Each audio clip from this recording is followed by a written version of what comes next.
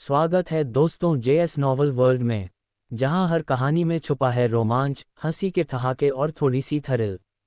तो तैयार हो जाए, क्योंकि अब शुरू होने वाला है एक नया किस्सा जो आपको ले जाएगा हंसी और रोमांच से भरी इस दुनिया में। अंधेरा हो चुका था। अर्जुन छत के ऊपर से काले कपड़ों में हवा से भी तेज गति से दौड़ रहा था। उसका लक्ष्य लक्ष्मी नगर को जल्द से जल्द पीछे छोड़ना था। उसकी रफ्तार इतनी ज्यादा थी कि आम लोगों को पता भी नहीं चल रहा था कि कोई उनके सिर के ऊपर से गुजर रहा है। कुछ बड़े और अनुभवी योद्धा ही उसे देख पाए। जिन योद्धाओं ने अर्जुन की परछाई देखी, उनके दिल दहल गए। उसकी गति किसी भी सामान्य योद्धा की नहीं हो सकती थी, कम से कम वो एक वुज़ोंग की गति थी। क्या लक्ष्मी नगर में कोई वुज़ोंग आ गया था? ये सोचकर कुछ योद्धा वहां से चुपके से चले गए। वो यहाँ क्लाउड आयरन के लिए आए थे, लेकिन अब जब वुज़ोंग जैसा शक्तिशाली योद्धा शहर में आ गया था, तो उनके लड़ने का कोई मतलब नहीं था। लक्ष्मी नगर के सभी योद्धा मिलकर भी एक वुज़ोंग का सामना नहीं कर सकते थे। जल्दी, जल्दी! अर्जुन बेचैन था और उसकी रफ्तार हर पल बढ़ रही थी। उसके दिल में एक अपराध बोध था।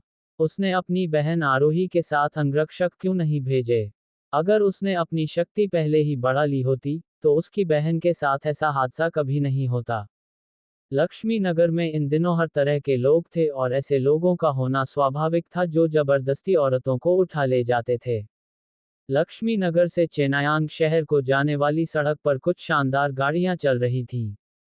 उन गाड़ियों के चारों ओर घोड़ों पर सवार लोगों का एक समूह था जो उन्हें सुरक्षा दे रहा था। ओल्ड मोहन, हमें इतनी घबराहट में जाने की क्या जरूरत है? सिंह परिवार हमारे शर्मा परिवार के लिए कुछ भी नहीं है। एक आदमी, जिसने शानदार कपड़े पहने थे, एक ऊंचे घोड़े पर बैठा था। उसकी आंखों में अहंकार और अजीब सी चमक थी। उसकी बात करने का तरीका घमंडी था। उसके बगल में बैठा बूढ़ा आदमी, मोहन, उसकी तरफ देखकर सिर हिलाया। उसने कहा, मालिक, आप नहीं जानते, सिंह परिवार ने अपनी शुरुआत लड़ाई से की थी। उनके मुखिया अपने परिवार को बहुत मानते हैं। अगर उन्हें पता चला कि आपने उनकी बेटी को जबरदस्ती ले लिया है, तो वे आपसे भिड़ने के लिए अपनी जान भी दांव पर लगा देंगे। क्या? उस आदमी ने चौंक कर कहा, पूरे परिवार को जोखिम में डाल देंगे, सिर्फ अपनी बेटी के लिए? क्या वे हमारे शर्मा परिवार को नाराज करने की हिम्मत करेंगे? बिल्कुल। मोहन पूरी तरह आश्वस्त था। सभी योद्धा दौलत के लिए सब कुछ नहीं छोड़ते। और सिंह परिवार एक ताकतवर परिवार है। इसीलिए जब आपने सिंह परिवार की बेटी को अगवा किया, तो मैं चाहता था कि हम तुरंत यहाँ से भाग जाएं। सच में, मुझे पता था कि मुझे अगवा नहीं किया जाएगा। उस आदमी ने गुस्से में कहा। मोहन ने सोचा कि शायद उसे सबक मिल गया है, लेकिन उस आदमी ने आगे कहा, अगर मुझे उसे अगवा करना होता, तो मैं रात होने का इंतजार करता। तब कौन जानता कि मैंने ये किया है। जब हम शर्मा परिवार के घर पहुंच जाएंगे, तब सिंह परिवार चाहे जितना भी ताकतवर हो, मुझ पर हमला करने की हिम्मत नहीं करेगा। मोहन ने निराश होकर सिर हिलाया। ऐसे मालिक के साथ रहना एक दुखद अनुभव था। वह भी शहर से निकले ही थे और उनके मालिक ने इतना बड़ा काम कर दिया था। पूरे लक्ष्मी नगर में सिंह परिवार के साथ पंगा लेना कोई समझदारी का काम नहीं था। सिंह परिवार ने पूरे लक्ष्मी नगर को अपने काबू में कर लिया था और उन्होंने ही पुराने शहर के मुखिया को भगाया था। क्या ये इतना आसान था? यहाँ तक कि अगर शर्मा परिवार के पास वुज़ोंग जैसा एक मालिक था, तो भी आप ऐसे परिवारों से उलझ नहीं सकते थे। चलो, जल्दी करो! आदमी घबराहट में था, ये सोचकर कि एक बड़ा योद्धा उनसे बदला लेने आ सकता है। ठीक है, मोहन ने जवाब दिया। रुको! अचानक, एक जोरदार और कान फाड़ देने वाली आवाज पीछे से आई। उन्होंने मुड़कर देखा तो एक काला आदमी तेजी से उनकी तरफ आ रहा था। इसे रोको! शर्मा के मालिक ने जोर से चिल्लाया। हाँ, मालिक! सभी अंगरक्षकों ने तुरंत अपनी तलवारें निकाल लीं। उनके दो कप्तान, जो युद्ध कला में माहिर थे, भी उस काले आदमी को गंभीर नजरों से देख रहे थे। ये शर्मा परिवार की टीम है और बाकी लोग तुरंत यहाँ से चले जाएं। नेतृत्व करने वाले अंगरक्षक ने जोर से चिल्लाया, उम्मीद है कि शर्मा परिवार की प्रतिष्ठा से उस आदमी को रोका जा सके। लेकिन वहां आने वाला अर्जुन था। जब उसने शर्मा नाम सुना, तो उसने अपनी गति और बढ़ा दी। तैयार रहो, इसे मार डालो। नेतृत्व करने वाले अंगरक्षक ने देखा कि काला आदमी न केवल धीमा हुआ, बल्कि उसने अपनी गति बढ़ा दी, तो वह चिल्लाया। अर्जुन ने भीड़ पर अपनी नजर डाली, फिर कुछ गाड़ियों पर अपनी नजर गड़ाई। अर्जुन ने एक लंबी सांस ली और उसने सीधे गाड़ियों की तरफ चलना शुरू कर दिया। नेतृत्व करने वाले अंगरक्षक ने देखा कि अर्जुन ऊपर की ओर दौड़ रहा था और उसने अपनी तलवार से उस पर हमला कर दिया। उसकी तलवार चारों तरफ ऊर्जा से घिरी हुई थी, जो अर्जुन को रोक रही थी। अरे! अर्जुन ने अपना हाथ बढ़ाया और उस तेजी से आती हुई तलवार को पकड़ लिया। ये कैसे संभव है? अंगरक्षक हैरान रह गया। उसने अपनी नंगी हाथों से तलवार को पकड़ लिया था। ये काला आदमी कितना ताकतवर था। कर्रच! एक जोरदार आवाज के साथ अर्जुन ने सीधे तलवार को तोड़ दिया और अंगरक्षक की छाती पर जोर से एक मुक्का मारा। अचानक, अंगरक्षक हवा में उड़ गया और उसके पीछे खड़े अंगरक्षकों को गिरा दिया। अर्जुन के पास इन छोटे मोटे लोगों से लड़ने का समय नहीं था। उसने अंगरक्षकों की तलवारों को नजरअंदाज किया और उन्हें सीधे गिरा दिया। जब उन तलवारों ने उस पर वार किया, तो चिंगारियां उड़ी, लेकिन अर्जुन को कोई फर्क नहीं पड़ा और वह गाड़ियों की तरफ दौड़ता रहा। अंगरक्षक डर गए थे। काले आदमी की ताक चौंकाने वाली थी। उस पर तलवार का वार भी बेअसर था। इस तरह के दुश्मन से कैसे निपटा जाए? बूम! अर्जुन ने अपनी हथेली से वार किया, आखिरी गाड़ी को चकनाचूर कर दिया। वह बेचैनी से देखने लगा, लेकिन आरोही वहां नहीं थी, बस कुछ लड़कियां थीं, जो उसे डरकर देख रही थीं। उसने जमीन पर कदम रखा, और वह तीर की तरह अगली गाड़ी की तरफ दौड़ पड़ा। उसने अपनी हथेली में ऊर्जा जमा की, और उसने दूसरी गाड़ी को दो हिस्सों में बांट दिया, अंदर की आकृति को उजागर करते हुए। आरोही! अर्जुन ने जोर से कहा। आरोही अंदर बंधी हुई थी। उसका मुंह कपड़े से बंद था। उसने बड़ी बड़ी आंखों से अर्जुन को देखा, उसकी आंखों से आंसू निकल आए। उसे पता था कि उसके पिता और भाई उसे बचाने जरूर आएंगे, इसलिए हालांकि वह डरी हुई थी, लेकिन वह रोई नहीं थी। इस समय, उसने अपने भाई को जल्दबाजी में देखा, उसकी आंखों से आंसू रुक नहीं पाए। अर्जुन ने तुरंत अपनी हथेली से रस्सी को काट दिया, अपनी बहन के मुंह पर से कपड़ा हटा दिया, उसे गले लगाया और उसे दिलासा दिया। सब ठीक है, तुम्हारा भाई यहाँ है, सब ठीक है। जैसे ही आरोही आजाद हुई, वह अर्जुन की बाहों में लेट गई, उसे एक अजीब सी गर्माहट महसूस हुई।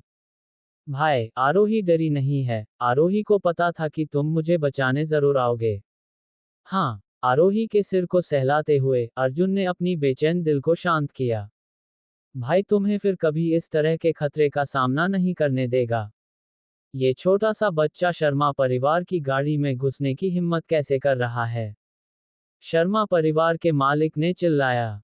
अर्जुन, जो अपनी बहन के साथ बात करना चाहता था, उसे ये सुनकर गुस्सा आया, और उसने अचानक सिर उठाया, शर्मा के मालिक को देखते हुए। शर्मा का मालिक अंदर से कांप गया। उसे लगा कि उसे किसी दानव ने घूर रहा है, और उसकी जिंदगी उसके काबू में नहीं थी। इस समय, शर्मा के मालिक के पीछे खड़े मोहन ने आगे बढ़कर उसके सामने खड़े हो गए और बोले, मालिक, भाग जाओ, यह एक ताकतवर आदमी है, मैं शायद इसे रोक नहीं पाऊंगा। भाग जाओ। मालिक को समझ नहीं आया। मोहन एक माहिर योद्धा था, वह उस जवान आदमी को कैसे नहीं रोक सकता था? क्या ये जवान आदमी एक बड़ा योद्धा था? उसने अपना सिर हिलाया और इस असंभव विचार को अपने दिमाग से निकाल दिया। उनका शर्मा परिवार असाधारण था, और पूरे परिवार में सबसे ताकतवर युवा पीढ़ी उसका सबसे बड़ा भाई था। लेकिन उस आदमी की ताकत एक योद्धा की थी, और यह जवान आदमी, जो उसके भाई से बहुत छोटा था, एक बड़ा योद्धा कैसे हो सकता था? भागो, ये लड़का वो नहीं है जिससे मैं निपट सकता हूँ। अगर तुम तेजी से भागते हो, तो तुम बच सकते हो।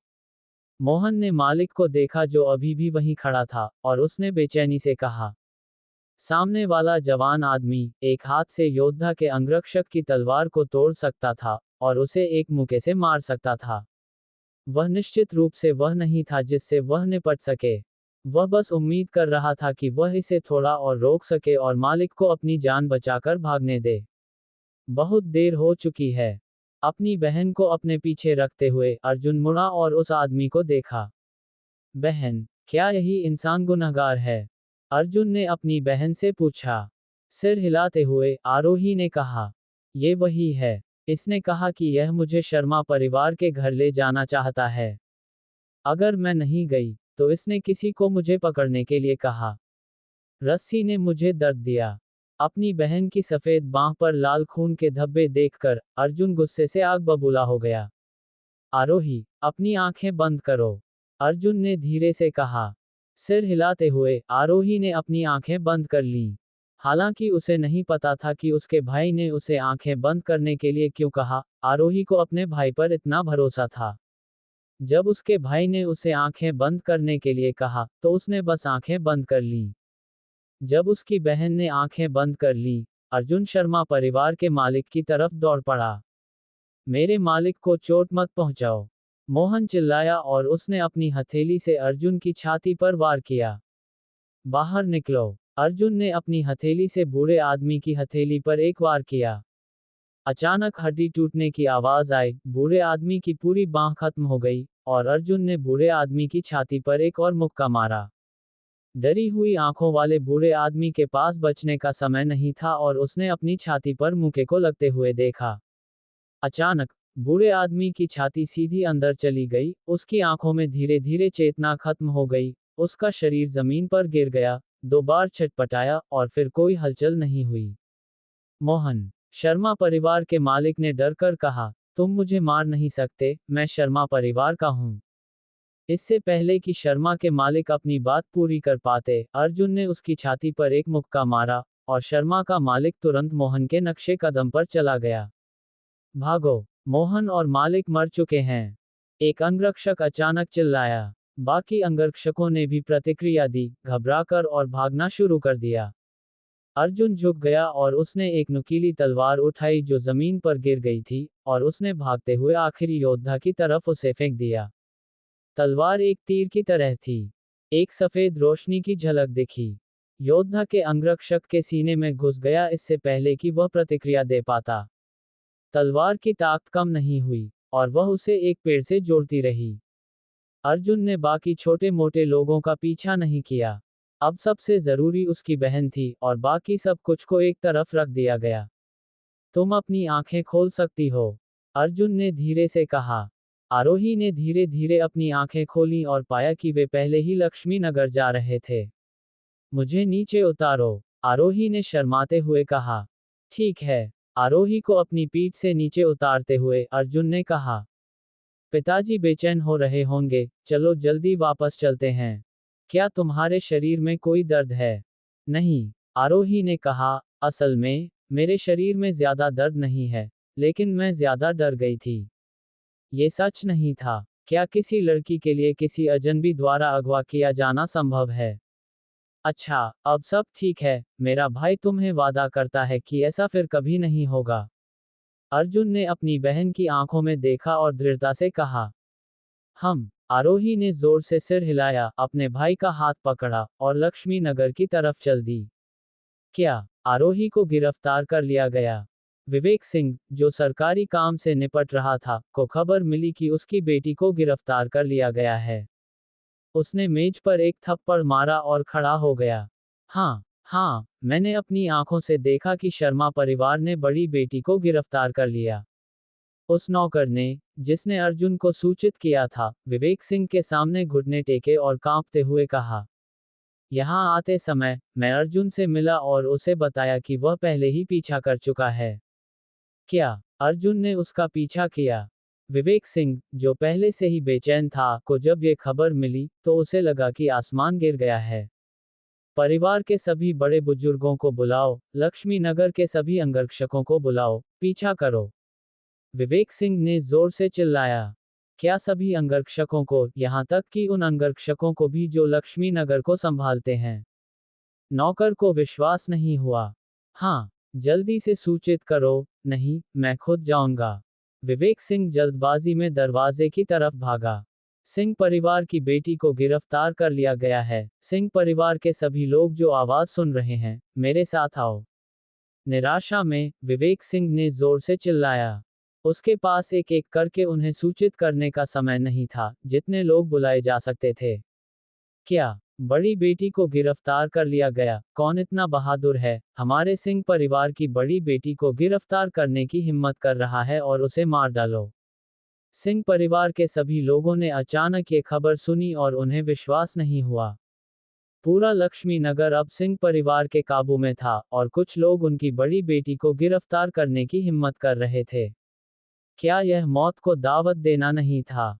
एक ही पल में ऊर्जा से भरा सिंह परिवार विवेक सिंह के पीछे दौड़ पड़ा। आकाश, जो रसायन बना रहा था, ने चिल्लाहट सुनी और वह रसायन पर ध्यान नहीं दिया। उसने दरवाजा खोला और विवेक सिंह की तरफ उड़ गया। मुखिया विवेक सिंह, बड़ी बेटी को गिरफ्तार कर लिया गया। आकाश का सवाल सुनकर विवेक सिंह थोड़ा भावुक हो गया। जब से यह आकाश उनके घर आया था, उसने हर चीज में सिंह परिवार की मदद की थी, बिल्कुल अर्जुन के गुरु की तरह नहीं। यहाँ तक कि सिंह परिवार के बुजुर्ग भी सिंह परिवार के बारे में ज्यादा सोचते थे। इस दौरान आकाश द्वारा बनाए गए सभी रसायन कम स्तर के थे। ये युवा बुजुर्ग रसायनज्ञ की स्थिति के लिए बिल्कुल सही नहीं था, लेकिन आकाश ने सिंह परिवार के विकास के लिए चुपचाप काम किया। विवेक सिंह ने हमेशा चुपचाप युवा और बूढ़े के योगदान को याद रखा था, इस एहसान को वापस करने के दिन का इंतजार कर रहे थे। लेकिन अब, जैसे ही आकाश ने सुना कि सिंह परिवार के साथ कुछ हुआ है, वह जल्दबाजी में वहां आ गया। हाँ, अर्जुन ने शर्मा परिवार द्वारा उसका पीछा किया है। विवेक सिंह ने जल्दी से जवाब दिया। ओह, अर्जुन ने उसका पीछा किया है। ये सुनकर आकाश ने अपनी बेचैन अभिव्यक्ति को शांत किया और सोचा, चूंकि अर्जुन ने उसका पीछा किया है, आरोही शायद ठीक है। हालांकि मुझे नहीं पता कि अर्जुन का युद्ध कला अभ्यास कैसा है, लेकिन एक शर्मा परिवार से निपटने के लिए यह पर्याप्त से ज्यादा है। बुजुर्ग आकाश, चलो जल्दी करो और पीछा करें। शायद अर्जुन अभी तक ज्यादा दूर नहीं भागा है। विवेक सिंह ने बेचैनी से कहा। ठीक है, मुखिया विवेक सिंह, आप रास्ता दिखाओ। आकाश ने अपनी दाढ़ी को छूते हुए कहा। अंगरक्षक आदेश का पालन करते हैं और मेरे लिए पूरे शहर को बंद कर देते हैं। खोज, विवेक सिंह ने जोर से चिल्लाया। हालांकि यह माना गया था कि दुश्मन लक्ष्मी नगर छोड़ चुका था, लेकिन विवेक सिंह अभी भी थोड़ा चिंतित था। क्या होगा अगर दुश्मन सिर्फ भटक गया और लक्ष्मी नगर में रहा? और आदेश दिया। सिंह परिवार के सभी लोगों ने आदेश का पालन किया और चेनायांग शहर की दिशा में पीछा किया।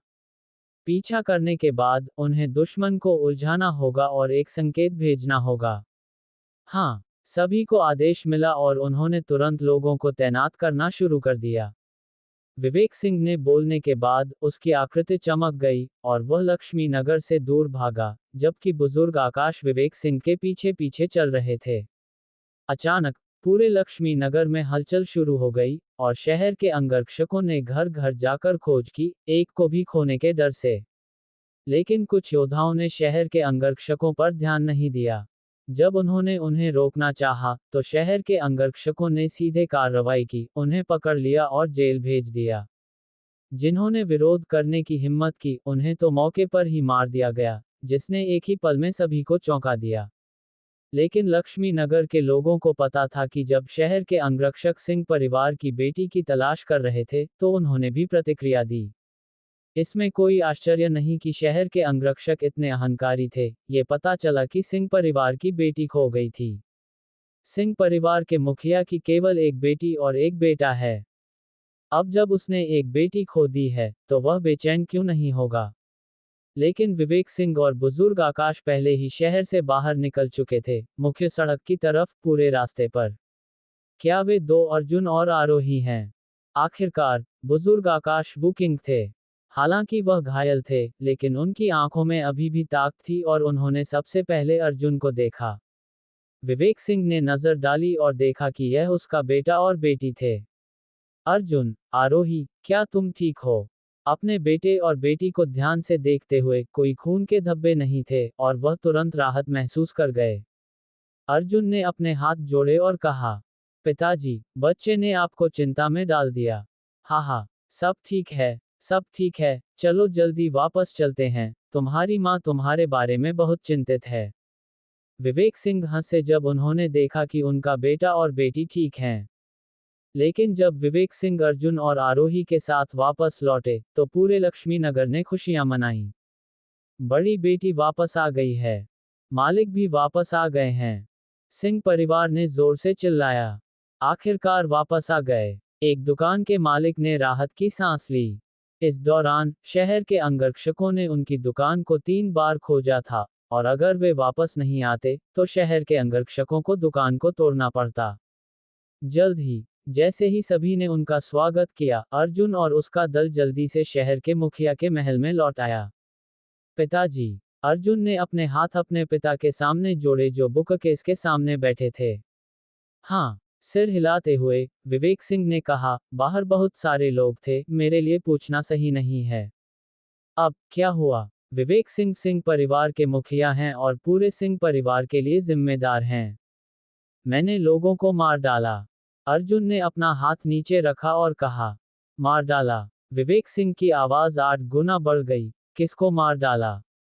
शर्मा परिवार का मालिक, एक जो मालिक का अंगरक्षक लगता था, एक बूढ़ा आदमी, एक ताकतवर योद्धा और 2 योद्धा अंगरक्षक। हम, बस ये 4। सोचने के बाद अर्जुन ने पाया कि उसने सिर्फ 4 लोगों को मारा था, तो उसने ईमानदारी से कहा। सिर्फ 4, सिर्फ 4। विवेक सिंह ने अपने हाथों से अपना माथा पकड़ लिया और लगभग बेहोश हो गए। अर्जुन ने 4 लोगों को मार डाला और उनमें से शर्मा परिवार का मालिक भी था। मुखिया शर्मा एक वुजोंग स्तर के मालिक हैं और अब उसने अपने बेटे को मार डाला है। ये कैसे खत्म होगा? वह भी अभी अपने बेटे और बेटी की भलाई के बारे में चिंतित था, इसलिए उसने किसी भी चीज की परवाह नहीं की। अब उसका बेटा और बेटी ठीक हैं, लेकिन परिवार में समस्याएं हुई हैं। विवेक सिंह अपने अध्ययन कक्ष में खड़े थे, बेचैनी से टहल रहे थे। उनके पास अब कोई विकल्प नहीं था। सीमा परिवार के मुखिया एक वुजोंग थे, और सीमा परिवार चानयांग शहर के 3 प्रमुख परिवारों में से एक था। सिंह परिवार इसका सामना कैसे कर सकता था? अपने पिता की घबराहट देखकर आदित्य को यह असहनीय लगा। वह अपने पिता को बताना चाहता था कि वास्तव में उनके बेटे के पास वुजोंग की शक्ति है। अगर वह उम्मीद करता तो उनका बेटा शायद एक मार्शल कलाकार बन जाता। उस समय उनके पास मार्शल आर्ट की शक्ति होनी चाहिए थी। इस पर विचार करने के बाद आदित्य चुप हो गया। अगर मैं अपने पिता को बताऊं कि मेरे पास तुरंत मार्शल आर्ट की शक्ति होगी, तो मुझे डर है कि मेरे पिता इसे सहन नहीं कर पाएंगे और वह सीधे बेहोश हो जाएंगे। सबसे महत्वपूर्ण बात यह है कि वह कैसे समझाए कि यह शक्ति कहां से आई। उसके पास समझाने का कोई तरीका नहीं है। अपने पिता से बाहर आने के बाद आदित्य सीधे अभ्यास कक्ष में चला गया और आज अपना अभ्यास शुरू कर दिया। और मिस सिंह के मामलों के बाद पूरा लक्ष्मी नगर उबल रहा था। अंदरूनी सूत्रों से अफवाहें हैं कि यह सीमा परिवार के युवा मास्टर थे जिन्होंने मिस सिंह के परिवार को उठा लिया था। अब जब मिस सिंह का परिवार वापस आ गया है, तो हर कोई यह अनुमान लगाने लगा है कि मास्टर सीमा के साथ क्या हुआ। और लक्ष्मी नगर के बड़े और छोटे परिवार पूछताछ करने के लिए लोगों को बाहर भेज रहे हैं। जब उन्होंने युवा मास्टर सीमा को जमीन पर पड़ा और घूरते हुए देखा, तो उन्हें पहले से ही महसूस हुआ कि लक्ष्मी नगर में सिंह परिवार खत्म हो गया था। लक्ष्मी नगर के बाहर एक पहाड़ी रिजॉर्ट के अंदर। पिताजी, खुशखबरी, खुशखबरी, सिंह परिवार खत्म हो गया। एक युवक ने कुर्सी पर बैठे अधेड़ उम्र के व्यक्ति से जोर से कहा। सिंह परिवार क्यों खत्म हो गया? कुर्सी पर बैठे आदमी ने अचानक अपनी आंखें खोलीं और पूछा। पिताजी, सिंह परिवार के सबसे बड़े बेटे ने सीमा परिवार के युवा मास्टर को मार डाला है। क्या शरीर अभी भी सड़क पर पड़ा है? युवक ने अपने सामने अधेड़ उम्र के व्यक्ति को वह जानकारी बताई जो वह जानता था। अच्छा, आसमान की आंखें हैं, हमारे वांग परिवार के उठने का अवसर यहाँ है। अधेड़ उम्र के व्यक्ति ने आकाश की ओर देखा और जोर से हंसा। मुस्कुराहट के साथ आंसू टपक रहे थे और उसने आह भरी। दुर्भाग्य से, मैं अब एक बेकार व्यक्ति हूँ। पिताजी, आप बेकार व्यक्ति नहीं हैं, मैं निश्चित रूप से आपके लिए अपनी नसें सुधारने के लिए एक दवा ढूंढूंगा। युवक ने स्पष्ट रूप से कहा। अधेड़ उम्र का व्यक्ति वांग परिवार का हटा हुआ मुखिया है। उन्होंने हाथ हिलाया और कहा। इसके लायक नहीं, इसके लायक नहीं। नसें और नसें सुधारने वाली गोली कितनी कीमती है? कम से कम यह एक 6 पिन गोली है। और यह घटिया या मध्यम श्रेणी का नहीं हो सकता, ये शीर्ष श्रेणी का होना चाहिए। इस तरह की गोली कितनी कीमती है, इसे बचाने के लिए इस तरह की कीमती गोली बर्बाद करना इसके लायक नहीं है। इसके अलावा, वांग परिवार की ताकत के साथ इस तरह की दवा ढूंढना असंभव है। मुझे सीमा परिवार के बारे में बताओ। वांग परिवार के मास्टर ने शांत होने का तरीका अपनाया। पिताजी, सीमा परिवार में 12 बुजुर्ग हैं, सभी महान मार्शल आर्ट के दायरे में हैं। और मुखिया सीमा, वुजोंग, दायरे का एक मास्टर है। उसका मृत बेटा छठा बेटा और सबसे छोटा है। मैंने सुना है कि मुखिया सीमा उसे बहुत लाड प्यार करता है और सब कुछ उसके स्वभाव पर निर्भर करता है। यह मुखिया सीमा के लाड प्यार के कारण भी था कि सीमा परिवार के 6 युवा मास्टर्स का एक कानूनविहीन चरित्र था। जाहिर है युवक को पहले से ही तैयार किया गया था, और वह अपने द्वारा प्राप्त जानकारी के साथ धीरे धीरे आया था। ऐसा नहीं होना चाहिए, मुखिया वांग ने उलझन में पूछा। मुखिया सीमा एक बेटे को इतना लाड प्यार कैसे कर सकता है? पिताजी, आप इस बारे में कुछ नहीं जानते हैं। इस छठे बेटे की मां ने सीमा के मुखिया को बचाने के लिए अपनी भ्रूण गैस तोड़ दी, जिससे सीमा छठवें मास्टर कमजोर हो गए। बचपन से अभ्यास नहीं कर सकते। और उस घटना के कारण, उनकी मां ने बीमारी की जड़ छोड़ दी और जल्दी मर गईं। यह इसलिए था क्योंकि युवा मास्टर सीमा 6 अभ्यास नहीं कर सकते थे, और उनकी मां के कारणों के कारण, मुखिया सीमा उनके लिए बहुत लाड प्यार करते थे। युवक ने समझाया। तो यह मामला है, तो कोई आश्चर्य नहीं। सिर हिलाते हुए, वांग परिवार के मुखिया ने मूल अभिव्यक्ति दिखाई। चूंकि यह भावनात्मक चोट है, सब कुछ समझाया जा सकता है। इस दुनिया में, भावनात्मक चोटों का इलाज करना सबसे मुश्किल है, यह उल्लेख करने के लिए नहीं कि महिला मर चुकी है। इसलिए मुखिया सीमा को उस महिला का अपराध इस सबसे छोटे बेटे पर पारित करना होगा। इस बेटे के जन्म के बाद से, मुखिया सीमा ने कभी भी अन्य बेटों को जन्म नहीं दिया, और वह मृत महिला के लिए मुखिया सीमा के प्यार की कल्पना कर सकते हैं। सिंह परिवार खत्म हो गया है। मुखिया वांग ने पुष्टि की। जिस व्यक्ति से वह सबसे ज्यादा प्यार करता है, वह मर चुका है, और अब जिस बेटे से वह सबसे ज्यादा प्यार करता है, वह भी मर चुका है। इसमें कोई आश्चर्य नहीं कि मुखिया सीमा पागल नहीं है। अपराधी के रूप में, सिंह परिवार बच नहीं सकता था। चूंकि ये 6 युवा मास्टर्स इतने लाड प्यार करते हैं, तो सीमा परिवार ने एक महान मार्शल मास्टर को रक्षा के लिए क्यों नहीं भेजा? मुखिया वांग ने संदेह में कहा। पिताजी, आप नहीं जानते कि इन 6 युवा मास्टर्स का एक विकृत व्यक्तित्व है और वे एक बेकार व्यक्ति हैं। सीमा परिवार के सभी बुजुर्ग उस पर नीचे देखते हैं। लेकिन महान मार्शल मास्टर का मार्शल कलाकार एक बेकार बयान का पालन कैसे कर सकता है? इसलिए महान मार्शल मास्टर को इसकी रक्षा के लिए भेजना एक मृतंत होगा।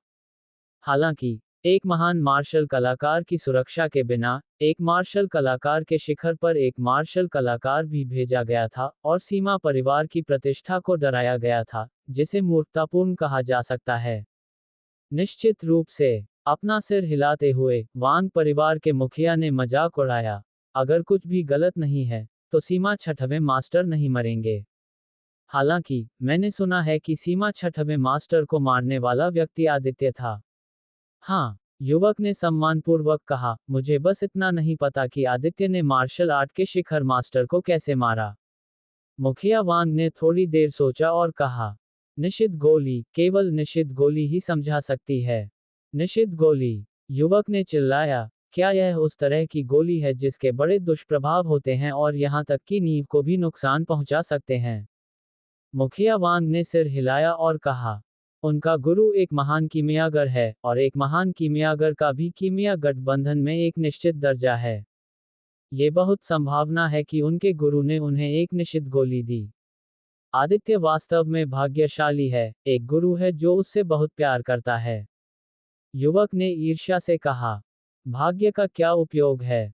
वांग परिवार के मुखिया ने कहा, ताकत ही नींव है। इस बार एक वुजोंग और 12 महान मार्शल कलाकार हैं, सिंह परिवार क्या विरोध करेगा?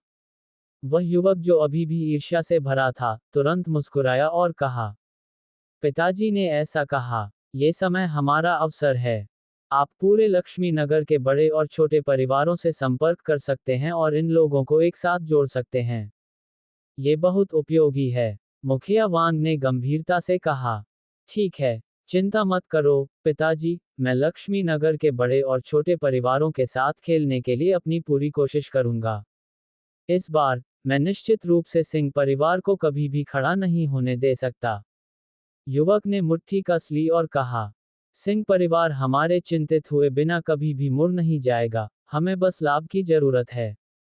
आपको याद रखना होगा कि परिवार का मुखिया अपने व्यक्तिगत शिकायतों के लिए घृणा में नहीं पड़ सकता है, सब कुछ लाभ है। पूरे लक्ष्मी नगर को नियंत्रित करने के लिए उन परिवारों से संपर्क करें। जब सिंह परिवार को नष्ट कर दिया गया था, तो पूरे लक्ष्मी नगर में केवल ओयांग परिवार में एक महान मार्शल कलाकार था।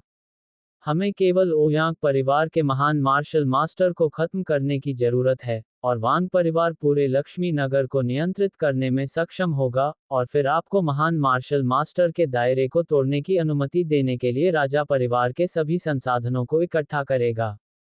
उस समय पूरा लक्ष्मी नगर हमारा वांग परिवार का अंतिम गहना नहीं है। उद्धरण चिन्ह। मुखिया वांग ने युवक को शांत भाव से देखा।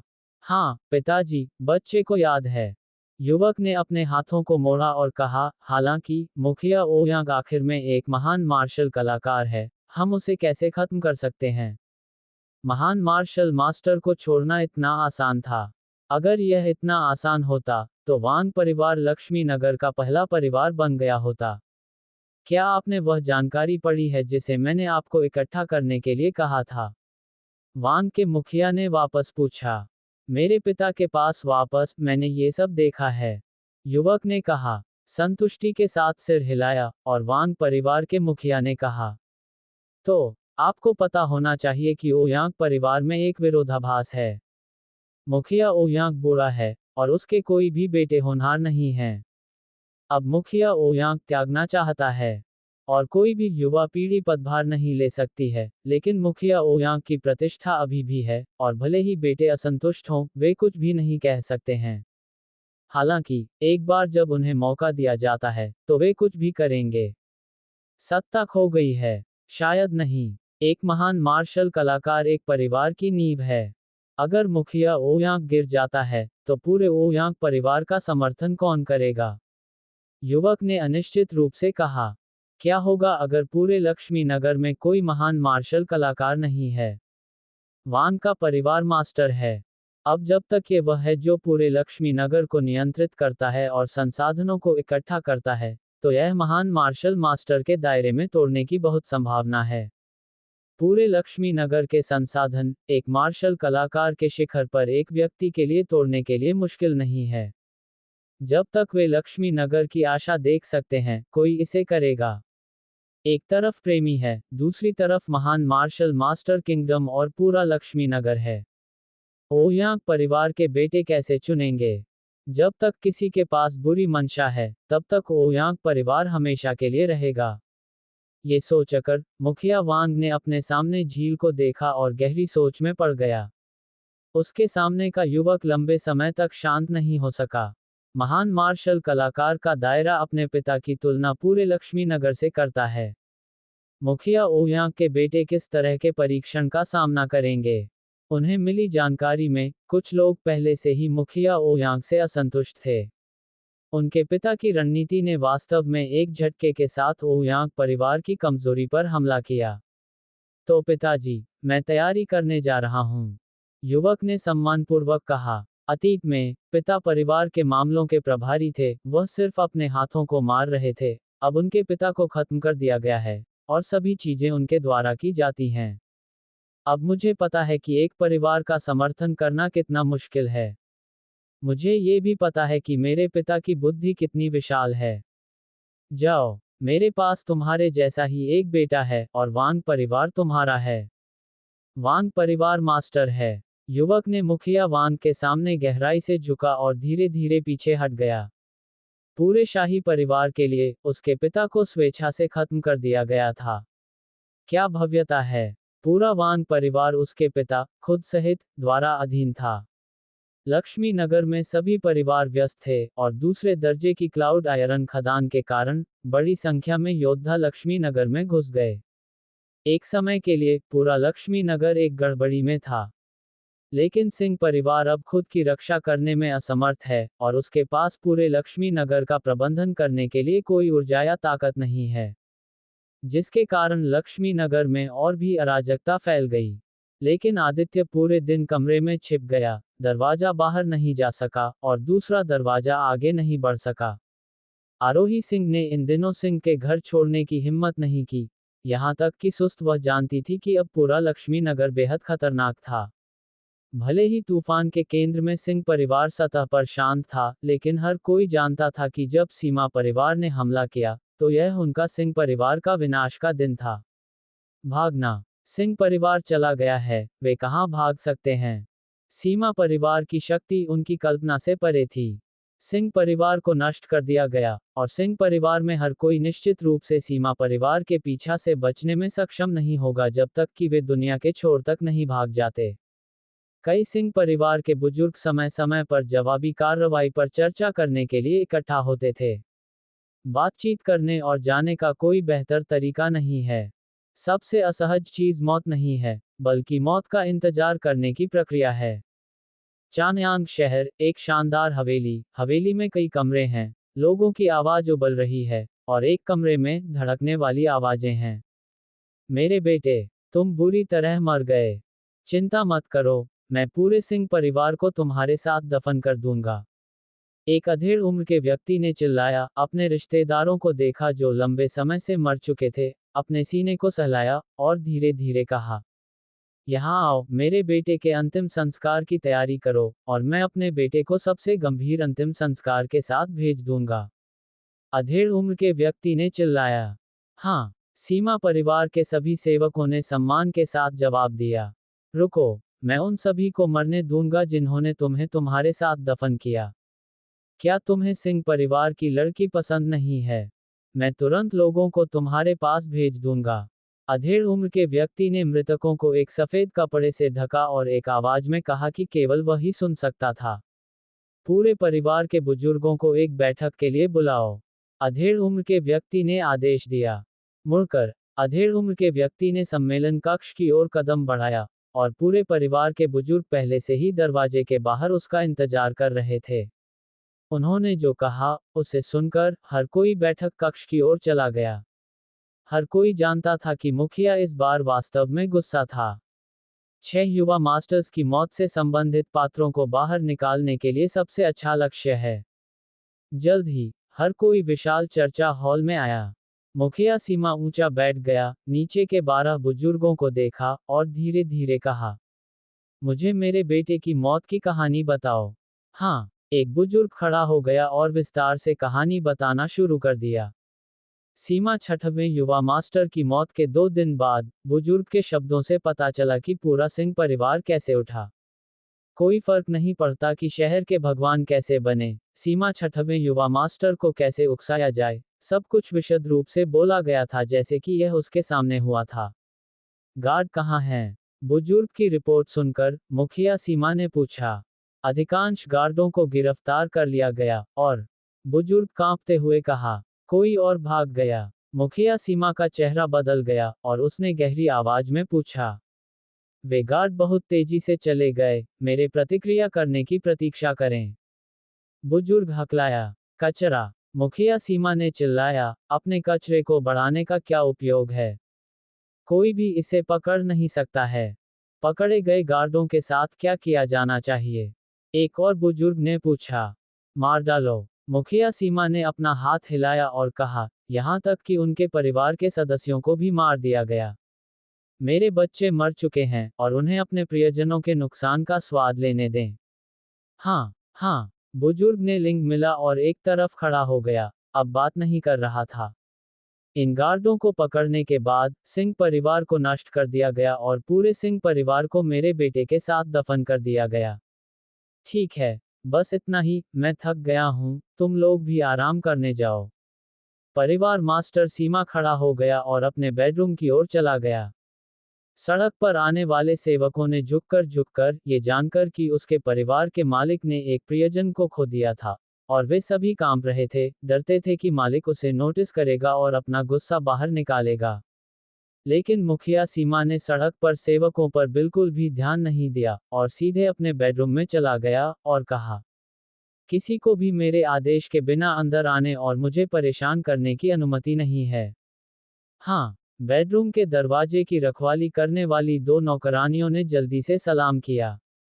दरवाजे को अंदर धकेलते हुए, जो मुखिया सीमा की आंखों से मिलता है वह एक पेंटिंग है जिसमें यह महिला बहुत सुंदर है। पूरी पेंटिंग विशद और विशद है, जैसे कि यह एक वास्तविक व्यक्ति था। मैंने मुखिया सीमा को थोड़ी देर के लिए इसके साथ जुनून में देखा। माफ करना, मेरा बेटा मर चुका है, मुझे लगता है कि मैं आपसे पहले ही मिल चुका हूँ। मुझे तुम्हारे लिए खेद है, मैं पूरे सिंह परिवार को उसके अंतिम संस्कार में भेजूंगा। आदित्य के बेडरूम में पूरा कमरा आध्यात्मिक ऊर्जा से भरा हुआ था और आदित्य का चेहरा और भी दर्दनाक था। पसीने की बड़ी बूंदें जमीन पर टपक गईं, जिससे छोटे छोटे पोखर बन गए।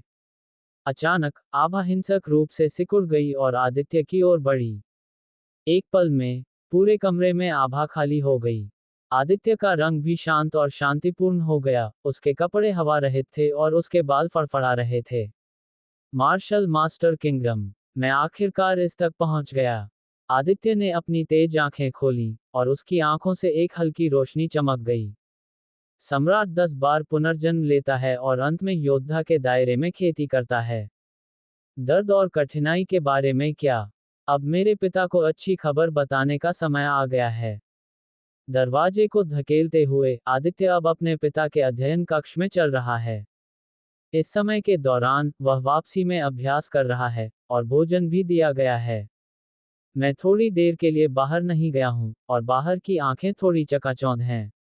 मेरे पिता कहाँ हैं? आदित्य को सिटी लॉर्ड की हवेली का अध्ययन कक्ष मिला और पता चला कि उसके पिता इसमें नहीं रहे थे, इसलिए वह पास के सेवकों से पूछने में मदद नहीं कर सका। युवा मास्टर के जवाब में, मास्टर सम्मेलन हॉल में बुजुर्गों के साथ मामलों पर चर्चा कर रहे हैं। नौकर ने विनम्रता से जवाब दिया। सिर हिलाते हुए आदित्य चर्चा हॉल की ओर चला गया। मैं इन दिनों लक्ष्मी नगर के मामलों के बारे में चिंतित नहीं रहा हूं और मुझे नहीं पता कि लक्ष्मी नगर में क्या स्थिति है। अब मेरे पिता चर्चा हॉल में हैं और वह बस बुजुर्गों के साथ चर्चा कर सकते हैं। जल्द ही आदित्य सिटी लॉर्ड की हवेली के चर्चा हॉल में आ गया। आदित्य को आते देखकर दरवाजे की रखवाली करने वाले गार्ड ने जल्दी से दरवाजा खोला और आदित्य को अंदर जाने के लिए कहा। आदित्य, तुम यहाँ हो? विवेक सिंह ने आदित्य को अंदर आते देखकर खुशी से कहा। आदित्य ने अपने हाथों को झुकाया और कहा, पिताजी, बुजुर्ग, जल्दी यहाँ बैठो, हम अब लक्ष्मी नगर में वर्तमान स्थिति पर चर्चा कर रहे हैं, तुम बस यहीं आए हो। कई बुजुर्ग खड़े हो गए और आदित्य को बैठने के लिए स्वागत किया। आदित्य के बैठने के बाद विवेक सिंह ने जारी रखा। अब वांग परिवार हर जगह छोटे परिवार से संपर्क कर रहा है, यह नहीं जानते कि वे क्या कर रहे हैं। इस समय के दौरान परिवार के खुफिया कर्मी चानयांग शहर की खुफिया जानकारी पर ध्यान दे रहे थे और वे लक्ष्मी नगर की खुफिया जांच के बारे में गंभीर नहीं थे। लक्ष्मी नगर में पूरे छोटे परिवार ने परेशानी पैदा करना शुरू कर दिया और उन्हें एहसास हुआ कि वांग परिवार ने पहले ही परेशानी पैदा करना शुरू कर दिया था। मैं और क्या कर सकता हूँ? वांग परिवार को इस तरह की डरपोक चीज करना पसंद है और अब वे निश्चित रूप से हमारे सिंह परिवार से कैसे निपटें, इस पर चर्चा कर रहे हैं। मेरे विचार के अनुसार वांग परिवार को सीधे नष्ट कर दिया जाना चाहिए, एक बुजुर्ग ने जोर से कहा। लेकिन वांग परिवार के महत्वपूर्ण सदस्य पहले ही छिप गए हैं और अब पूरा लक्ष्मी नगर अराजकता में है और अफवाहें हैं कि हमारे सिंह परिवार के पास कोई रास्ता नहीं है। सीमा परिवार को उकसाने से पूरे लक्ष्मी नगर में आपदाएं आई और हमें इसके लिए जिम्मेदार होना आवश्यक है। दूसरे बुजुर्ग शर्मिंदा हैं। खट, अचानक मेज पर एक थप्पड़ के साथ विवेक सिंह ने चिल्लाया। ये वांग कबीले वास्तव में बेशर्म है। जब सिंह कबीले मजबूत होते हैं तो वह बाहर नहीं कूदता है, लेकिन सबसे महत्वपूर्ण समय पर बाहर कूदता है। वे छोटे परिवार भी हवा से स्तब्ध हैं। जब हमारा सिंह परिवार अच्छी स्थिति में था तो हम बेशर्मी से लिप्त होने के लिए आगे आए, लेकिन अब हम एक दुविधा में हैं। जब आदित्य ने अपने पिता की चीख सुनी तो उसका चेहरा हमेशा की तरह था और वह मुस्कुराया। पिताजी, उन सभी छोटे परिवारों को लिख लें। हमारे सिंह परिवार ने इस संकट से बचने के बाद हम शरद ऋतु के बाद खातों का निपटान करेंगे। आदित्य के शब्द संकट को सुनकर विवेक सिंह, जो मूल रूप से उग्र था, एक कुर्सी पर बैठ गया। वास्तव में वह छोटे परिवारों पर बिल्कुल भी गुस्सा नहीं था, या यहाँ तक कि वांग परिवार पर भी। अब वह और ये बुजुर्ग सीमा परिवार के कारण नाराज हैं। सीमा परिवार से उन पर दबाव बहुत अधिक है, जिससे वे थोड़े मूडी हो गए हैं।